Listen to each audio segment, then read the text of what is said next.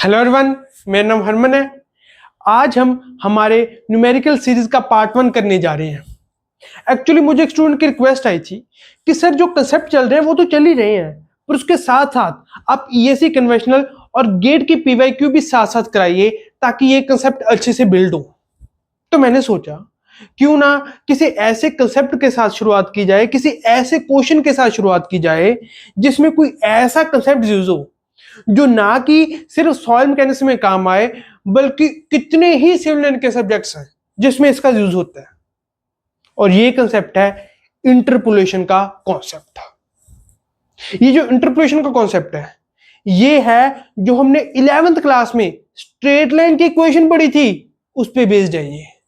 अगर आपको वो इक्वेशन अच्छे से आती है, उसको जैसे जैसे मैं सिंप्लीफाई करूंगा, उस इक्वेशन को एंड में आपने अच्छे से समझ लिया और अपने दिमाग में बिठा लिया, उसके बाद इंटरपोलेशन आपके लिए बहुत ही आसान हो जाएगी। इंटरपोलेशन का कैसा भी क्वेश्चन आ जाए, आपके क्वेश्चन में इंटरपोलेशन कैसी भी यूज हो रही हो, आप अपने क्वेश्चन को सॉल्व कर लोगे, राइट। तो चलिए हम अपना जो 11th क्लास में हमने स्ट्रेट लाइन की इक्वेशन पढ़ी थी उसको रिविजिट करते हैं और अपनी इंटरपोलेशन को क्रिस्टल क्लियर करते हैं। जो हमने स्ट्रेट लाइन की इक्वेशन पढ़ी थी 11th क्लास में, वो क्या थी कि ये मेरी एक स्ट्रेट लाइन है। इस स्ट्रेट लाइन पे मुझे दो पॉइंट्स दिए होंगे। First is x1 y1, right, x1 y1, इसका x coordinate x1, y coordinate y1। Second point is x2 y2, x2 comma y2, x coordinate x2, y coordinate y2। अब इस स्ट्रेट लाइन पे कहीं पर भी मैं एक पॉइंट ले लूं, एक x y point, x y point, ये एक जनरल कहीं पर भी मैं स्ट्रेट लाइन पे x y पॉइंट ले सकता हूं।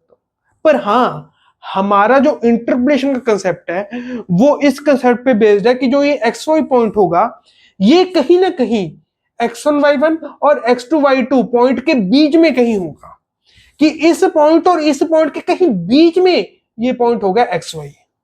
ठीक है, इस पे हमारा इंटरपोलेशन का कंसेप्ट बेस्ड है। अगर स्ट्रेट लाइन की इक्वेशन आपको लिखनी है तो फिर ये एक्स वाई पॉइंट कहीं भी हो सकता है, इधर इधर इधर कहीं पर भी। पर हमें इस स्ट्रेट लाइन की इक्वेशन का यूज इंटरपोलेशन में करना है, तो इसलिए मैंने ये पॉइंट एक्स वाई इधर ले लिया, कहीं इनके बीच में। ठीक है, अब जो हम स्ट्रेट लाइन की इक्वेशन हमने पढ़ी थी वो क्या पढ़ी थी इन terms of x1 y1 and x2 y2? क्या थी वो? y minus y1 by x minus x1 equal to y2 minus y1 by x2 minus x1। यही थी इक्वेशन, राइट। अब इस x माइनस x1 को मैं इधर ले जाता हूं, मल्टीप्लाई कर देता हूं। जब मैंने ये मल्टीप्लाई किया तो क्या आएगा, y minus y1 equal to y2 minus y1 by x2 minus x1 into x minus x1, ये आ जाएगा। अब जो ये y1 है इसको भी मैं इधर ले जाता हूं। जब इसको भी मैं इधर ले गया तो क्या आएगा, y1 प्लस में हो जाएगा, y1 प्लस ये ऐसे कैसा y2 minus y1 by x2 minus x1 into x minus x1। ये इक्वेशन ऑफ स्ट्रेट लाइन जो हमने 11th क्लास में पढ़ी थी उस पे बेस्ड है हमारा इंटरप्रिटेशन का कॉन्सेप्ट। अगर ये इक्वेशन आपको याद रहेगी, अच्छे से समझ के आपने इसको याद कर लिया, तो फिर इंटरप्रिटेशन का कैसा भी आपका क्वेश्चन आ जाए, you will be able to do it.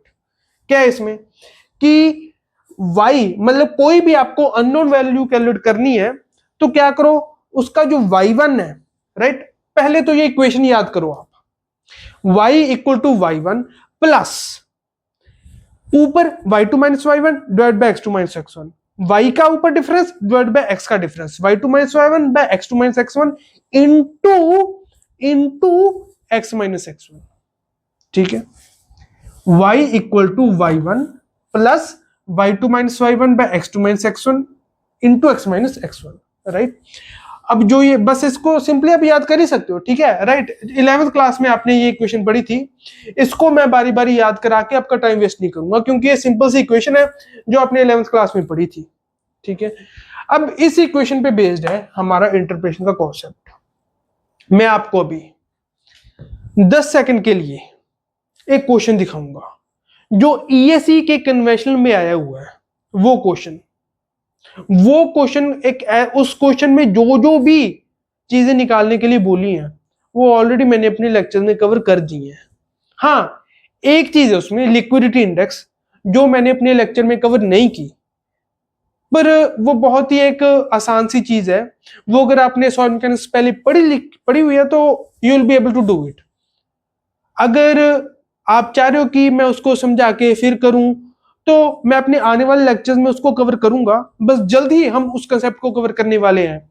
हमारे बहुत ही जल्दी जो लेक्चर्स अभी हम कवर करने वाले हैं ना, उसमें इसका यूज होगा, पर उसको फिर आप अगर अभी छोड़ सकते हो। मैं उसका फिर भी आपको एक फॉर्मूला होता है उसका, वो फॉर्मूला लिख के आपको सॉल्व करा दूंगा, ठीक है। पर फिर भी आपसे जितना वो क्वेश्चन हो पाए आप अपने से एक बार ट्राई देना उस क्वेश्चन को। 10 सेकंड के लिए जो वो क्वेश्चन होगा आपकी स्क्रीन पे रहेगा, उसके बाद फिर मैं आपको उसका सॉल्यूशन कराऊंगा। उसमें ये इंटरपोलेशन का कॉन्सेप्ट यूज हो रहा है और उसमें तो मैं एक एक चीज इस इंटरपोलेशन के कंसेप्ट की आपको समझाऊंगा कि कैसे इंटरपोलेशन का कंसेप्ट यूज होता है। पर फिर भी आपने ये जो मैंने इक्वेशन ऑफ स्ट्रेट लाइन आपको बताई है इसको अच्छे से समझ लिया है, तो मुझे उम्मीद है आप उस क्वेश्चन को कर पाओगे।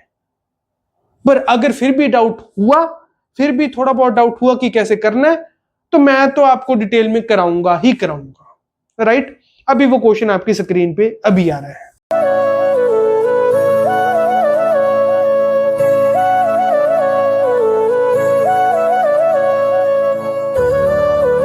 अब जो मैंने आपको क्वेश्चन शो किया था, हो सकता है कि आपने उसमें इंटरपोलेशन का कॉन्सेप्ट सही से इस्तेमाल कर लिया हो, पर आपने फिर भी वाटर कंटेंट गलत निकाल लिया हो, क्योंकि ये हमारे एक सॉइल मैकेनिक्स के कंसेप्ट पे बेस्ड है।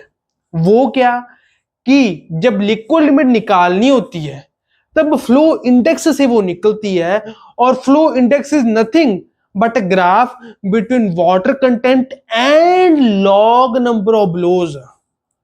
जब भी हम इंटरपोलेशन के कॉन्सेप्ट का यूज कर रहे हैं तब हम ये एज्यूम कर रहे हैं कि स्ट्रेट लाइन पे पॉइंट्स वेरी कर रहे हैं, राइट। तो स्ट्रेट लाइन तो जो थी वो तो वाटर कंटेंट और लॉग नंबर ऑफ ब्लोज में ही थी। अगर आपने सीधा नंबर ऑफ ब्लो समझ के वाटर कंटेंट कैलकुलेट कर लिया कि corresponding to 25 number of blows कितना वाटर कंटेंट है, तो आपका गलत हो जाएगा, क्योंकि लॉग लेने का हमारा मेन मकसद ही यही था कि स्ट्रेट लाइन आ जाए। तो स्ट्रेट लाइन ऑफ कोर्स तभी आ रही है जब हम लॉग नंबर ऑफ ब्लोज ले रहे हैं, और हमारे इंटरप्रिटेशन के कंसेप्ट में स्ट्रेट लाइन आनी जरूरी है। तो इसलिए हमें लॉग नंबर ऑफ ब्लोज लेना पड़ेगा। क्वेश्चन में नंबर ऑफ ब्लोज दिए हैं, पर हमें सॉल्व करने के लिए लॉग नंबर ऑफ ब्लोज लेने पड़ेंगे।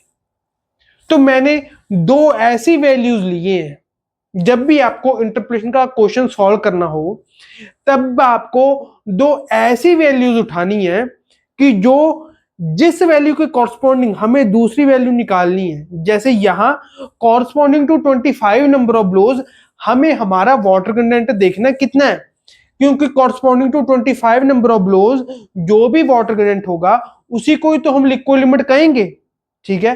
तो यहां पे हमें corresponding to 25 number of blows हमारा वाटर कंटेंट देखना है।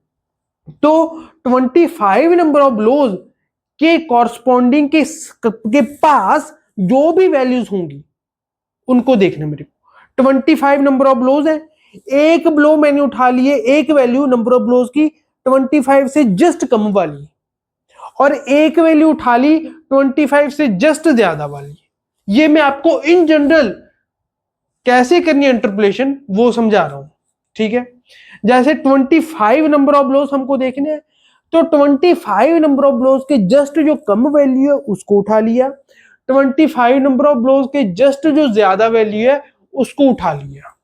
ठीक है, उसको उठा के फिर हमारे पास तीन वैल्यूज आ गई। एक तो 25 नंबर ऑफ ब्लोज बीच वाला, एक उसके कम नंबर ऑफ ब्लोज, एक उससे ज्यादा नंबर ऑफ ब्लोज। अब क्योंकि हमें स्ट्रेट लाइन में ही इंटरप्रेशन हम कर सकते हैं, इसलिए हम हमारे सॉइल मैकेनिक्स के कंसेप्ट को ध्यान में रखते हुए ये जो नंबर ऑफ ब्लोज हैं इनको लॉग नंबर ऑफ ब्लोज में कन्वर्ट कर लेंगे, इनका log to the base of 10 हम ले लेंगे। जैसे जो पहले 25 से जस्ट कम है that is 23 number of blows, तो 23 लॉग ऑफ 23 जब मैंने लिया तो मेरा 1.362 आया। फिर 25 के कॉरस्पॉन्डिंग मेरे को देखना है, तो 25 जो पहली वाली वैल्यू उसको मैंने ऊपर लिख लिया, 25 से जो जस्ट कम था 23, लॉग 23 ये आ गया। फिर लॉग 25 मैंने देखा वो आ गया 1.398। फिर 25 के जस्ट ऊपर वाली वैल्यू जो क्वेश्चन में गिवन है दैट इज 27, तो लॉग 27 मैंने ले लिया जो क्या है 1.431। अब इसके कॉरस्पॉन्डिंग जो 23 नंबर ऑफ ब्लोज थे, 23 नंबर ऑफ ब्लोज के कॉरस्पॉन्डिंग मैंने वाटर करंट को यहां लिख लिया, 27 नंबर ऑफ ब्लोज के कॉरस्पॉन्डिंग जो वाटर करंट है उसको मैंने यहां लिख लिया। Corresponding to 25 number of blows water content मेरे को कैलकुलेट करना है। This is the water content जो मेरे को कैलकुलेट करना है, और इसी वाटर कंटेंट को मैं लिक्विड लिमिट WL का नाम दे दूंगा। ये है वो वाटर कंटेंट जो मैंने कैलकुलेट करना है, फिर जिसको मैं लिक्विड लिमिट का नाम दे दूंगा। अब इंटरपोलेशन का कॉन्सेप्ट यहां पे कैसे यूज करना है, जो भी चीज हमको फाइंड करनी है उसको आप y कह दो। जैसे यहां पे मेरे को वाटर करंट W कैलकुलेट करना है, right, W this is the thing that I have to calculate, तो इसको मैं कह देता हूं y। ठीक है, इसके कॉरस्पॉन्डिंग जो सामने वाली है उसको आप x कह दो। जो हमें y कैलकुलेट करना है, हमने हमारी स्ट्रेट लाइन के इक्वेशन में यही तो देखा था, x1 y1 point, x2 y2 point और बीच में xy पॉइंट। तो y है तो ये क्या होगा x पॉइंट, ये x पॉइंट। ऊपर वाले पॉइंट्स हो गए x1 y1, ठीक है, x1 y1 ये हो गया x1 y1 पॉइंट, और इसके नीचे वाला पॉइंट ये हो गया x2 y2 पॉइंट। ठीक है, अब मेरे पास x1 x x2 y1 y y2 सभी वैल्यूज पता है, बस एक वैल्यू नहीं पता y। तो सब कुछ पता है, सिर्फ y नहीं पता, तो मैं अपनी इक्वेशन ऑफ स्ट्रेट लाइन जो मैंने पढ़ी है उससे y भी निकाल लूंगा। कैसे? इक्वेशन ऑफ स्ट्रेट लाइन मैंने अभी अभी पढ़ी थी, क्या, y equal to y1 plus y2 minus y1 by x2 minus x1 into x minus x1। ठीक है, ये पढ़ी थी। तो इसमें y के अलावा मेरे को सब कुछ पता है, तो कैलकुलेट कर लूंगा मैं ये y क्या आएगा, y1 क्या है 39.8 plus y2 minus y1 36.5 minus 39.8, 36.5 minus 39.8 divided by x2 minus x1 1.431 minus 1.362, 1.431 minus 1.362 into क्या करना है यहाँ पे x माइनस x1। x मेरे को पता 1.398 माइनस x1 है 1.362। ठीक है, अब बस इसको सॉल्व कर देना। y इक्वल टू, इसको जब हम सॉल्व करेंगे तो क्या आएगा 36.5 minus 39.8 divided by 1.431 minus 1.362 into 1.398 minus 1.362 plus कर देना 39.8, ये आ गया 38.078, 38.078। ऑफ कोर्स ये आ गया y। अब आपको एक चेक जो आप वेरीफाई कर सकते हो, 100% चेक नहीं होगा वो, ऑफ कोर्स, क्योंकि आपकी कैलकुलेशन मिस्टेक होने के बाद भी हो सकता है कि वो सही आ जाए, राइट। पर एक चेक जो आपको डेफिनेटली लगाना ही चाहिए इंटरप्रिटेशन के बाद, वो ये होगा कि जो भी आपकी y की वैल्यू यहां पे निकल के आएगी ना, वो जो y1 और y2 इन दोनों के बीच में लाई करनी चाहिए। जैसे यहां पे जो x था वो x1 और x2 के कहीं बीच में लाई कर रहा था, वैसे ही y y1 और y2 के बीच में लाई करेगा। आपको याद होगा हमने जब स्ट्रेट लाइन की इक्वेशन पढ़ी थी, तभी मैंने आपको बताया था कि इंटरपोलेशन की शर्त ही यही है कि जो मेरा एक्स वाई पॉइंट है वो x1 y1 और x2 y2 के कहीं बीच में लाई करे। और वही चीज मैं आपको यहां पे बता रहा हूं कि जो y आप यहां पे निकालोगे सॉल्व करने के बाद, वो y1 और y2 के बीच में लाई करना चाहिए। जैसे यहां पे 38.078, 39.8 और 36.5 के कहीं बीच में लाई कर रहा है, ठीक है। ऐसे आपका जो y है वो it should lie between y1 and y2। तो अब हम हमारे क्वेश्चन पे वापस आ जाते हैं। y हमारा क्या था, WL, मतलब WL जो है दैट इज 38.078। पर अभी मेरा जो यहां पे मैंने अपना क्वेश्चन छोड़ा है, दिस इज इनकम्प्लीट। क्यों? क्योंकि मैंने यहां पे ये नहीं लिखा कि ये क्या है। 38.078 तो है, बट व्हाट परसेंट। अगर आपने यहीं पे, अगर आपने कन्वेंशनल पेपर दिया, यहीं पे छोड़ दिया, कन्वेंशनल पेपर कैसा भी हो, ईएससी का हो या किसी और, किसी स्टेट लेवल का एई का कन्वेंशनल पेपर हो, राइट, कैसा भी कन्वेंशनल पेपर हो, उसमें आपने अगर इधर छोड़ दिया देन इट इज रॉन्ग। 38.078% लिखा then it is fine.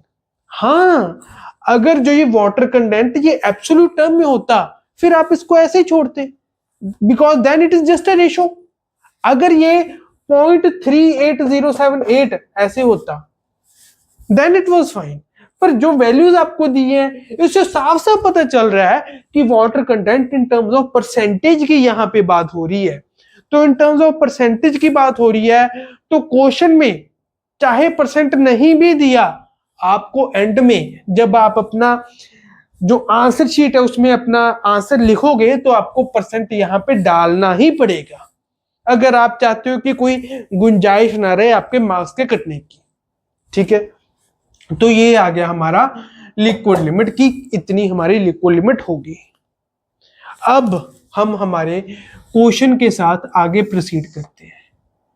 Question में आगे दिया था कि plastic limit, two determinations for the plastic limit gave water content of 20.3% and 20.8%। मतलब हमने हमारा जो सॉइल था उस पे दो बार ही टेस्ट किया। एक बार तो प्लास्टिक लिमिट आई 20.3%, दूसरी बार आई 20.8%। तो क्या करेंगे, सिंपली इसका एवरेज ले लो। अगर प्लास्टिक लिमिट आपको कैलकुलेट करनी है, सिंपली WP क्या हो जाएगा, WP will be equal to 20.3 और 20.8 का एवरेज। 20.3 20.55 आएगा, बट स्टिल 20.3 20.8, इसका average 20.55। Yes it is 20.55, so this is 20.55। पर अभी दिस इज नॉट कंप्लीट। अगर मैं 0.2055 लिखता फिर इसको छोड़ देता देन इट वाज करेक्ट, पर अभी 20.55 लिखा है तो एंड में परसेंट मेरे को सिंबल शो करना ही पड़ेगा अगर मेरे को पूरे मार्क्स लेने हैं तो, ठीक है। तो अभी यहीं पे थोड़ी सी जगह है, देन वी कैन डू अगला पार्ट। इसका पूछा है plasticity index. Okay, plasticity index, plasticity index का हमने क्या फॉर्मूला पढ़ा था, WL minus WP, WL minus WP। तो कर दो, WL इज 38.078।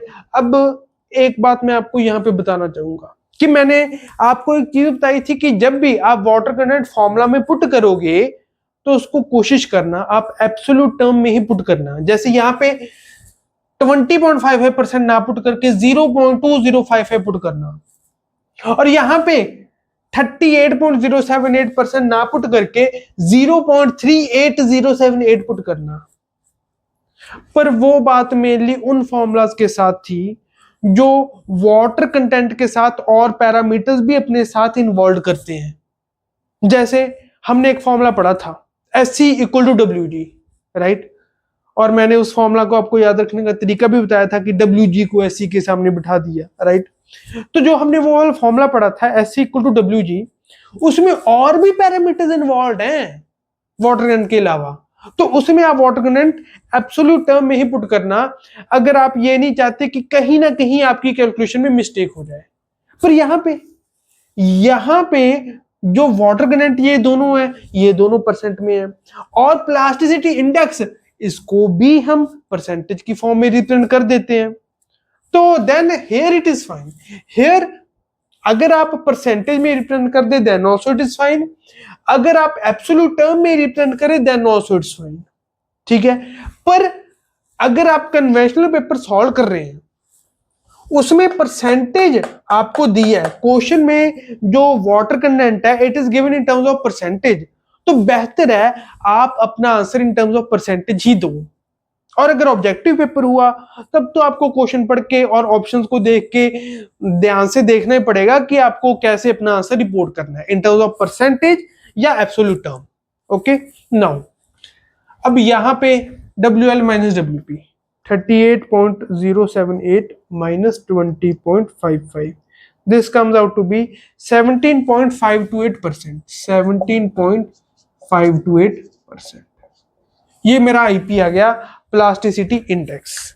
अब इसके बाद है लिक्विडिटी इंडेक्स। लिक्विडिटी इंडेक्स यहां पे पूछा गया है, और यहां पे इतनी जगह नहीं है कि मैं लिक्विडिटी इंडेक्स का फॉर्मूला लिख के प्रॉपरली उसको लिख पाऊं, तो मैं इसको रब करके then will proceed with that. अब इसका लिक्विडिटी इंडेक्स निकालने के लिए हमें तीन वैल्यूज चाहिए होती हैं, WL, WP और W, मतलब नेचुरल मॉइस्चर कंटेंट हमारे सॉइल का कितना है। WL और WP ये हमने निकाल लिए थे, W अभी हमको थर्ड पार्ट में दे दिया, तो हम इससे हमारा लिक्विडिटी इंडेक्स निकाल लेंगे।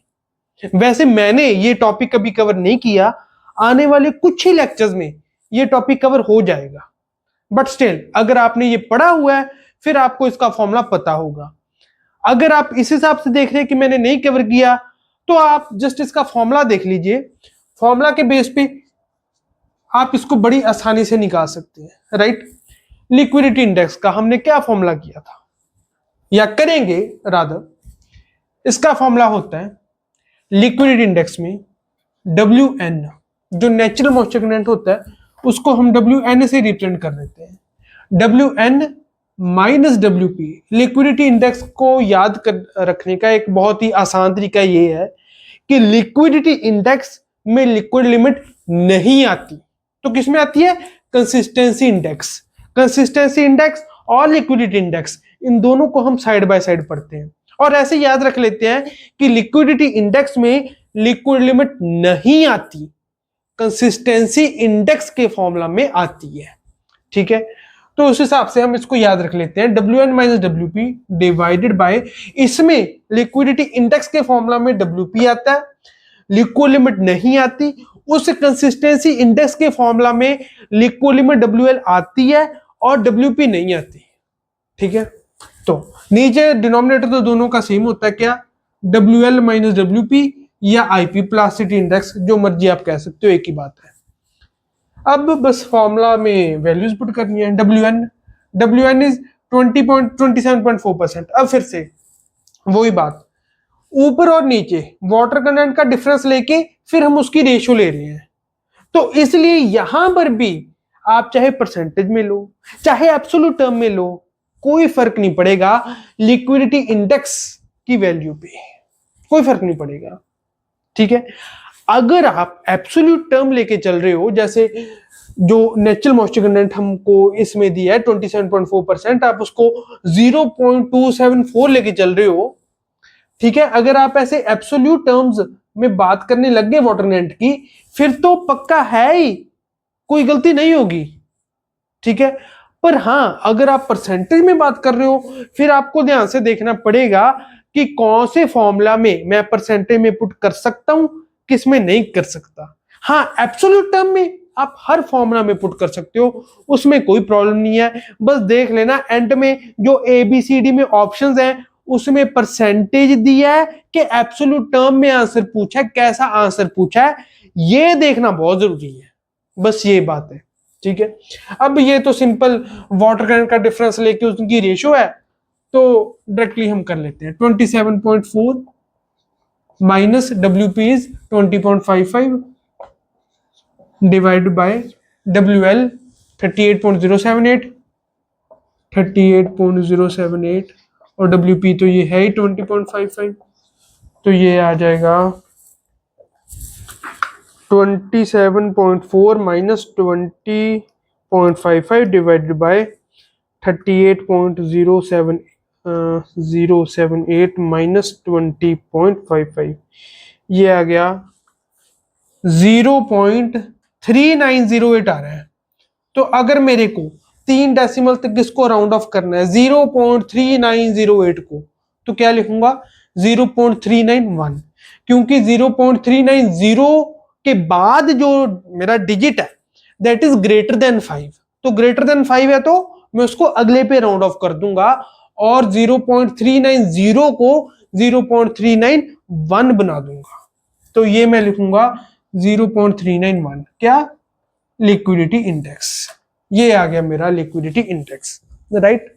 अब जो नेक्स्ट पार्ट है क्वेश्चन का, उसमें पूछा है the void ratio at the liquid limit, क्या पूछा है हम देख लेते हैं, right. This was third part. अब फोर्थ पार्ट में पूछा है the void ratio at the liquid limit. अभी पूरा पार्ट पढ़ लें, राइट। मैं आपको धीरे धीरे ऐसे भी सिखा रहा हूं कि कैसे कैसे अपनी इंफॉर्मेशन जॉट डाउन करके अपने क्वेश्चन को सॉल्व करना है। The void ratio at the liquid limit, if the eight the liquid limit, okay, liquid limit की बात हो रही है, मतलब वाटर कंटेंट जो बात हो रही है यहाँ पे लिक्विड लिमिट, तो water content is equal to liquid limit. इसको मैं सही से, water content equal to liquid limit, कितना, 38.078%, ओके, 38.078%। इफ द डिटरमिन में लिखा हुआ, determine the void ratio at the, मतलब जो वॉइड रेशियो उसको डिटरमिन करना है, ओके। ई जो है this is question mark, e is question mark, पता नहीं मेरे को, डिटरमिन करना है at the liquid limit if the specific gravity GS equal to 2.7। जो स्पेसिफिक ग्रेविटी है इसको हम G से भी रिप्रेजेंट कर देते हैं, GS से भी रिप्रेजेंट कर देते हैं, this is given out to be 2.7, okay. Now बस ये दिया है, बस this is given to me, okay. Now अब इस पे मेरे को वॉइड रेशियो डिटरमिन करनी है। अब यहां पे W, G और E इन तीनों को रिलेट करता हुआ मैंने एक फॉर्मूला पढ़ा है सॉइल मैकेनिक्स के फर्स्ट चैप्टर में, कौन सा, SE equal to WG, SE equal to WG, बहुत इंपॉर्टेंट फॉर्मूला है, बहुत जगह जगह पे ये काम आता है, ये हमने पढ़ा है। पर इस फॉर्मूला में अभी एक हमारे पास दिक्कत है, वो ये कि E हमको डिटरमिन करना है, A का डिटरमिन करना है, WG ये पता है, पर S मेरे को पता नहीं, तो मैं क्या करूं, दो पैरामीटर्स मेरे को पता नहीं है फॉर्मूला में, तो मैं उस फॉर्मूला से अपनी E की वैल्यू कैसे निकालूंगा। वो ऐसे कि सॉइल मैकेनिक्स के कंसेप्ट का हम यहां पे यूज करेंगे। वो क्या, वो ये कि हमें ऑलरेडी डिग्री ऑफ सैचुरेशन बता दी, नहीं बताकर भी बता दी। कैसे, क्योंकि ये बोल दिया कि लिक्विड लिमिट पे बताओ वॉइड रेशो, लिक्विड लिमिट पे, ठीक है ना। लिक्विड लिमिट मतलब वो वाटर कंटेंट जिसपे मेरा सॉइल लिक्विड की तरह बिहेव करने लग जाए। ओके, ये वाटर कंटेंट पर कुछ ऐसा वाटर कंटेंट होगा जहां पे मेरी डिग्री ऑफ सैचुरेशन कितनी होगी। मैं आपको बता रहा हूं कि नहीं बताकर भी इस क्वेश्चन में बता दी मेरे को डिग्री ऑफ सैचुरेशन, क्योंकि ये बता दिया कि लिक्विड लिमिट पे है, लिक्विड लिमिट पे वाटर रेशियो पता करनी है। तो अगर मेरा वाटर करंट लिक्विड लिमिट पे है तो of course degree of saturation मेरे को पता है कितनी, 100%। ये अगर एब्सोल्यूट टर्म में लिखूं तो S इक्वल टू 1। ये ना बता के भी मेरे को बता दी, ये मैंने खुद से डिटरमिन ऑलरेडी कर ली। क्यों? एक लाइन में कर ली, degree of saturation equal to 1 और 100%, क्योंकि जो वाटर कंटेंट है वो लिक्विड लिमिट पे है। वाटर कंटेंट श्रिंकी लिमिट पे एक बार आ गया, उसके ऊपर मैं कितना मर्जी बढ़ाता रहूं, डिग्री ऑफ सैचुरेशन मेरी 100% ही रहेगी। मेरा जो सॉइल है हमेशा सैचुरेटेड ही रहेगा। एक बार अगर वो जो श्रिंकी लिमिट पे उस पे आ गया, मैं अपना वाटर कंटेंट बढ़ा रहा हूं, श्रिंकी लिमिट पे आ गया, डिग्री ऑफ सैचुरेशन 1। अब जितना मर्जी बढ़ाता रहूं, डिग्री ऑफ सैचुरेशन 1 ही रहेगी। इसीलिए डिग्री ऑफ सैचुरेशन ना बता के भी क्वेश्चनर ने हमको बता दी कितनी, इक्वल टू 1 और 100%। पर अभी हमको, जैसे मैं आपको बता रहा था, मल्टीपल पैरामीटर यहां पे इन्वॉल्व है। तो यहां पे जब भी मैं अपने वैल्यूज रखूंगा वो रखूंगा एब्सोल्यूट टर्म में, परसेंटेज में नहीं रखूंगा।